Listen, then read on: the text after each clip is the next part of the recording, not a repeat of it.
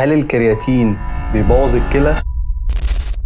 بص يا صديقي، عشان نجاوب على السؤال ده لازم الأول نعرف إيه هو الكرياتين أصلا. الكرياتين هو مركب بيتكون من 3 أحماض أمينية: أرجينين، جلايسين، والميثيونين، وبيتخزن بنسبة من 90 ل 95% جوه العضلات، وهو يعتبر البنزين بتاعك في الوقت اللي بتحاول تضرب في سبرنت أو تشيل وزن عالي جوه التمرين أو أي حاجة فيها حتة الطاقة الانفجارية دي. طب ليه الكلام الكتير اللي طالع عن الكرياتين وإنه بيبوظ الكلى؟ ببساطة لما بتاخد الكرياتين وجسمك بتشبع بيه وتبدأ تروح الجيم او اي رياضة انت بتمارسها، والكرياتين ده بيبدأ يتحول جزء منه لكرياتينين جوه جسمك، فلما تروح تعمل اي تحليل بيقيس نسبة الكرياتينين عندك لما تكون عالية سنة، انت طبعا بتبدأ تقلق وتقول ان الكلى فيها مشاكل. فيا صاحبي، لو انت كليتك سليمة وما عندكش اي مشاكل صحية تقدر تاخد الكرياتين وانت مطمن، لانه من اكتر المكملات اللي معمول عليها دراسات ومن اكتر المكملات الآمنة عليك لو انت ما عندكش اي مشاكل صحية. ولكن لو عندك اي مشاكل صحية طبعا لازم ترجع للدكتور وهو يقرر لك هل تقدر تاخد الكرياتين او لا، وبكده تكون عرفت